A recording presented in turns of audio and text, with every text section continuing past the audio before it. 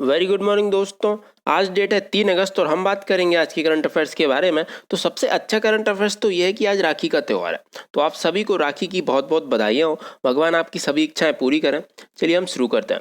हाल ही में भारतीय मूल के किस राजनेता का सिंगापुर के इतिहास में पहली बार विपक्ष के नेता के रूप में इनको नॉमिनेट किया गया? तो इनका नाम है प्रीतम सिंह। जो प्रीतम सिंह जी हैं, यह वर्तमान में जो वर्कर्स पार्टी है उसके सेक्रेटरी जनरल के पद पर है।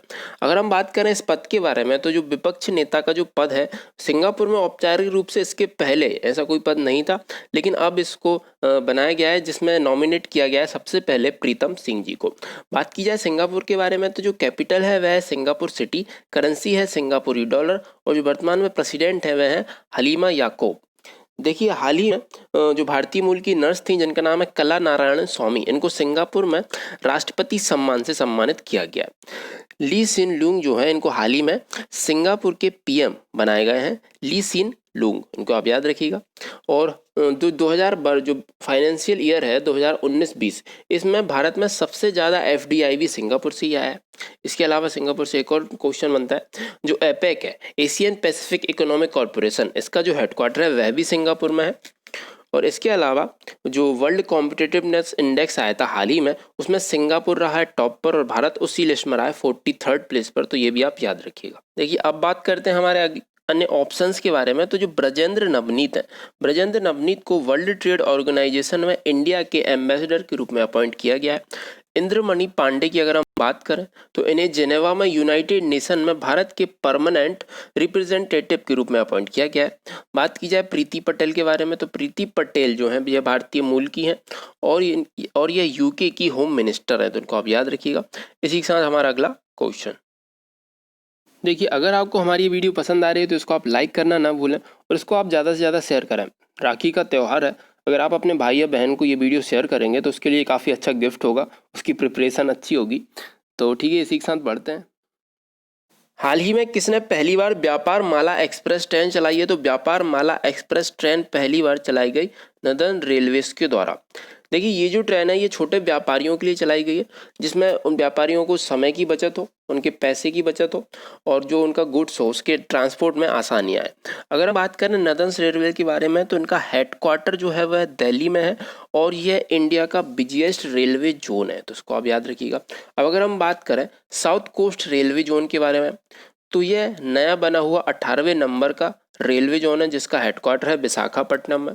बात की जाए साउथ वेस्ट रेलवे जोन की, तो इसका हेडक्वार्टर है हुबली में और हुबली में ही इंडियन रेलवे जो है वह अपना रेलवे का सबसे लंबा प्लेटफॉर्म का निर्माण कर रही है। अगर हम बात करें सेंट्रल रेलवे जोन के बारे में, तो जो सेंट्रल रेलवे जोन है यह भारत का पहला रेलवे जोन है और इसका हेडक्वार्टर है मुंबई में, तो इसको आप याद रखिएगा। देखिए, हाल ही में रेलवे ने अपनी सबसे लंबी ट्रेन चलाई थी जिसका नाम था शेषनाग एक्सप्रेस और उसकी जो लंबाई थी वह थी 2.8 किलोमीटर।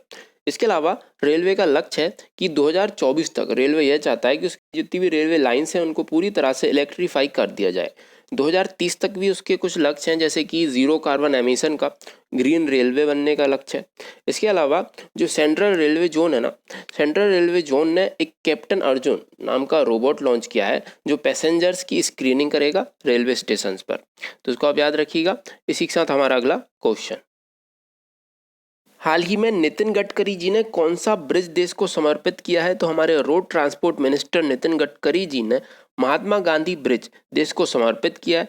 महात्मा गांधी ब्रिज बनाया गया है गंगा नदी पर और यह NH-19 हाईवे पर है जो कि पटना से हाजीपुर के बीच में है, तो इसको आप याद रखिएगा। बात की जाए भूपेंद्र हजारिका सेतु के बारे में, तो यह सबसे लंबा सड़क पुल है जिसकी लंबाई है 9.15 किलोमीटर, जो है ब्रह्मपुत्र नदी पर और यह असम में स्थित है। अगर हम बात करें बोगीबील ब्रिज के बारे में, तो यह रेलवे का सबसे लंबा ब्रिज है और जो है असम में स्थित है और यह भी ब्रह्मपुत्र नदी पर है, तो इसको आप याद रखिएगा। इसी के साथ बढ़ते हैं हमारे अगले क्वेश्चन की तरफ। हाल ही में किसे 2020 के लिए राष्ट्रीय खेल पुरस्कार विजेताओं को चयन करने के लिए 12 सदस्यीय समिति में शामिल किया गया? देखिए, ये जो 12 सदस्यीय समिति बनाई गई है, पहले तो हम बात करें इसके अध्यक्ष के बारे में, तो सुप्रीम कोर्ट के सेवानिवृत्त जज जो हैं जिनका नाम है जस्टिस मुकुंदम, इनको इसका अध्यक्ष बनाया गया है। और जो दिग्गज हॉकी खिलाड़ी हैं सरदार सिंह, इनको इस समिति में शामिल किया गया है। वीरेंद्र सहवाग को शामिल किया गया है। वीरेंद्र सहवाग जो कि एक महान क्रिकेटर रहे हैं। बात की जाए दीपा मलिक के बारे में तो दीपा मलिक जो हैं जिन्होंने पैरालंपिक्स में रजत पदक जीता था, उनको भी इस समिति में शामिल किया गया है। अब अगर हम बात करें, देखिए वीरेंद्र सहवाग की बात हो रही है तो क्यों ना क्रिकेट से जुड़े हुए कुछ करंट अफेयर्स की बात की जाए। तो जयपुर में जो दुनिया का तीसरा सबसे बड़ा क्रिकेट स्टेडियम बनने जा रहा है, ठीक है। वैसे जो दुनिया का यह तीसरा सबसे बड़ा है, लेकिन यह भारत का दूसरा सबसे बड़ा क्रिकेट स्टेडियम है, क्योंकि जो दुनिया का सबसे बड़ा क्रिकेट स्टेडियम है वह भारत में ही है, जो कि मोटेरा गुजरात में सरदार पटेल क्रिकेट स्टेडियम जिसका नाम है।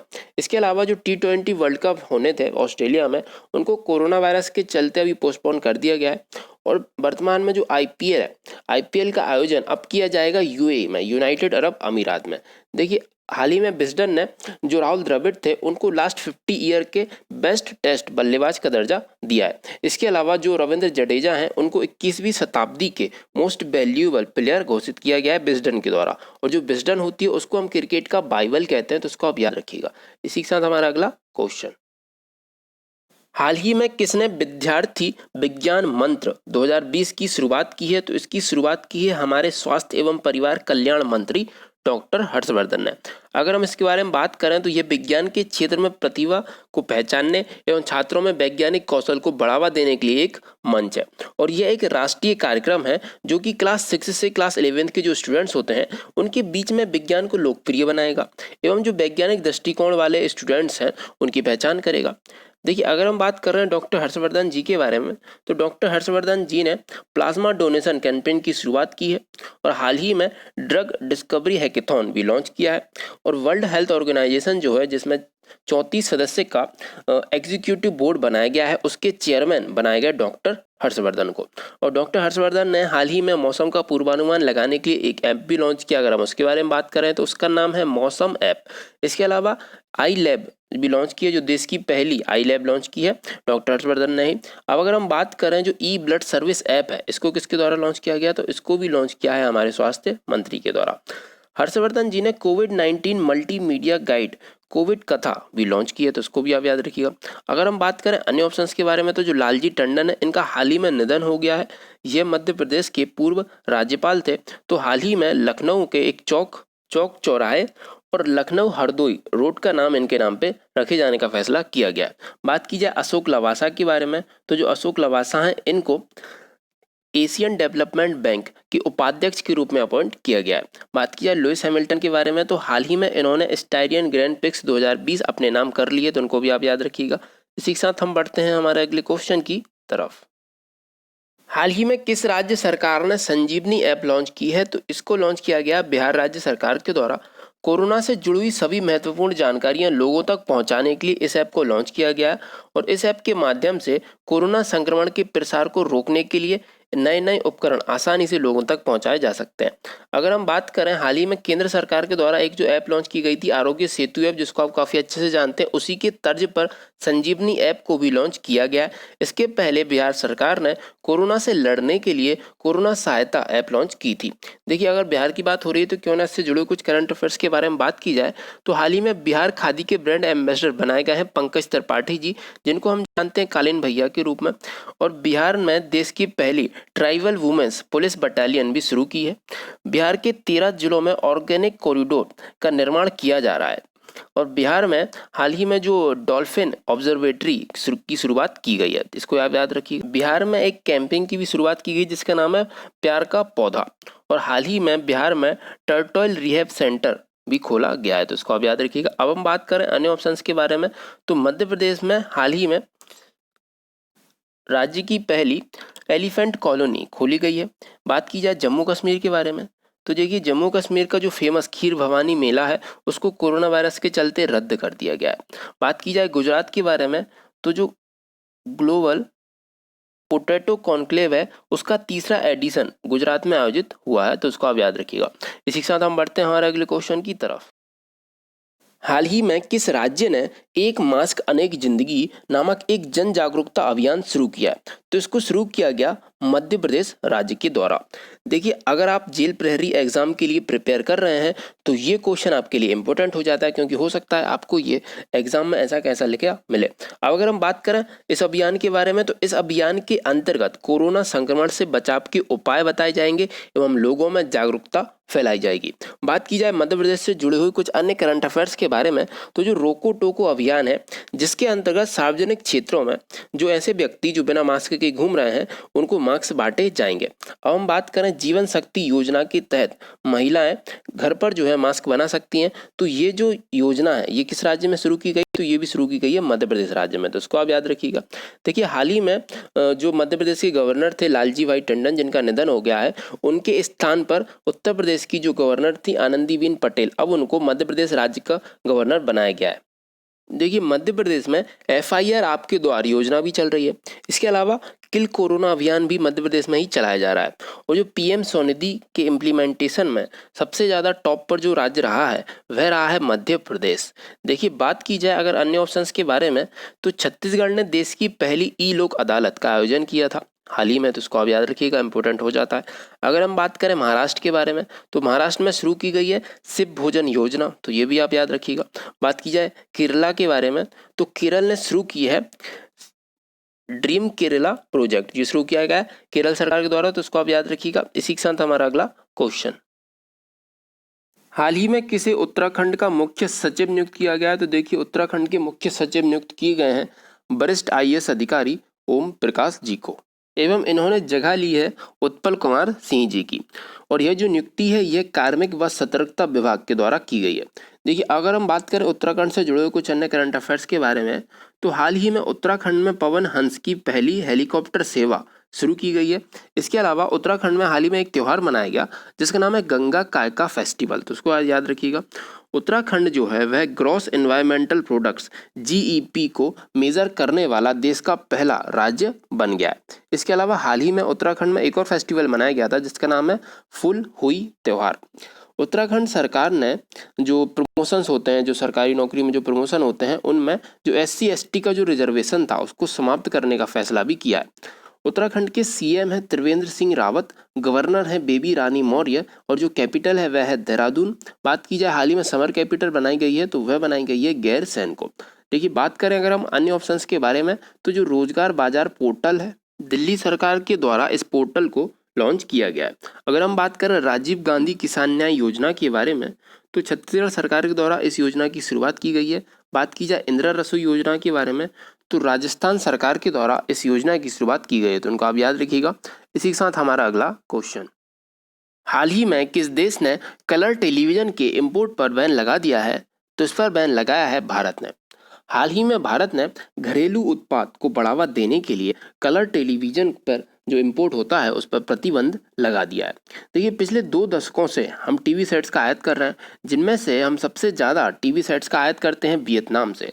उसके बाद दूसरे नंबर पर जो देश आता है जिससे हम सबसे ज़्यादा टीवी सेट्स का आयात करते हैं वह देश है चाइना, इसलिए इस पर प्रतिबंध लगा दिया गया है। देखिए, हाल ही में भारत ने नॉर्थ कोरिया को $1 मिलियन की चिकित्सा सहायता दी है WHO के कहने पर। और भारत के प्रधानमंत्री नरेंद्र मोदी जी ने हाल ही में मॉरिशस के सुप्रीम कोर्ट का वर्चुअली उद्घाटन किया है, तो इसको भी आप याद रखिएगा। और यह जो सुप्रीम कोर्ट है यह भारत की सहायता से ही बनाया गया है, तो ये मैं क्वेश्चन में डिस्कस कर चुका हूँ। अगर आप हमें डेली करंट अफेयर्स की वीडियो देख रहे हैं, यह सिर्फ रिवीजन के लिए था। देखिए, अगर हम बात करें अन्य ऑप्शंस के बारे में, तो हाल ही में आइवरी कोस्ट के जो PM बनाए गए हैं जिनका नाम है हमीद बाकायको। बात की जाए सिंगापुर के बारे में, तो भारतीय मूल की कला नारायणासामी को मिला है सिंगापुर की सरकार के द्वारा राष्ट्रपति पुरस्कार। बात की जाए तुर्कमेनिस्तान के बारे में, तो तुर्कमेनिस्तान को वर्ल्ड ट्रेड ऑर्गेनाइजेशन ने ऑब्जर्वर का दर्जा दिया है, जो कि वर्ल्ड ट्रेड ऑर्गेनाइजेशन का 25वां ऑब्जर्वर देश बनेगा, तो उसको आप याद रखिएगा। इसी के साथ हमारा अगला क्वेश्चन, हाल ही में तत्काल ट्रिपल तलाक के खिलाफ कानून की पहली वर्षगांठ मनाने के लिए मुस्लिम महिला अधिकार दिवस कब मनाया गया? तो यह मनाया गया 1 अगस्त को। क्योंकि ये जो ट्रिपल तलाक के खिलाफ ये जो कानून था, इसको 1 अगस्त को ही प्रेसिडेंट ने इस पे हस्ताक्षर किए थे और फिर उसके बाद इसको कानून बना दिया गया। वैसे 31 जुलाई 2019 को संसद से यह पारित हुआ था। उसके बाद 1 अगस्त को प्रेसिडेंट ने इस पर हस्ताक्षर की और यह कानून बन गया।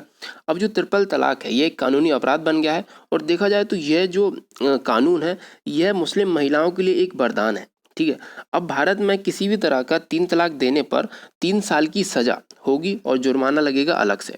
अगर हम बात करें अन्य ऑप्शंस के बारे में तो देखिए 28 जुलाई है ना, तो 28 जुलाई को मनाया गया वर्ल्ड हेपेटाइटिस डे। तो जो वर्ल्ड हेपेटाइटिस डे था इसकी इस बार की थीम थी हेपेटाइटिस फ्री फ्यूचर। बात की जाए 30 जुलाई के बारे में तो 30 जुलाई को मनाया गया world day against trafficking in person. इसकी जो इस बार की थीम थी वह थी committed to the cause working on the front line to the end human trafficking, तो उसको आप याद रखिएगा। अगर हम बात करें 11 जुलाई को तो 11 जुलाई को मनाया जाता है वर्ल्ड पॉपुलेशन डे। इसी के साथ हम बात करते हैं हमारे आज के क्वेश्चन ऑफ द डे के बारे में। तो हमारा क्वेश्चन ऑफ द डे है वह हाल ही में किसे नाबार्ड के अध्यक्ष बनाए गए हैं। तो हाल ही में किसको नाबार्ड का अध्यक्ष बनाया गया। इसके अलावा आप एक और चीज़ कीजिए, जो बाकी ऑप्शंस लिखे हुए हैं आप इनके बारे में भी सोचिएगा कि इनको हाल ही में ये किस पद पर है या कहाँ पर इनकी नियुक्ति है, तो उसके बारे में अभी आप सोचिएगा, आपका रिवीजन हो जाएगा। देखिए कल हमारा क्वेश्चन ऑफ द डे नहीं आया था, लेकिन जो परसों हमारा क्वेश्चन ऑफ द डे था उसके आंसर के बारे में अगर हम बात करें तो हाल ही में हिचेम मिचीची किस देश के प्रधानमंत्री बने, तो वह बने ट्यूनीशिया के।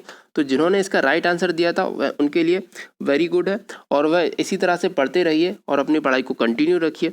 कल फिर मिलेंगे दोस्तों, जय हिंद।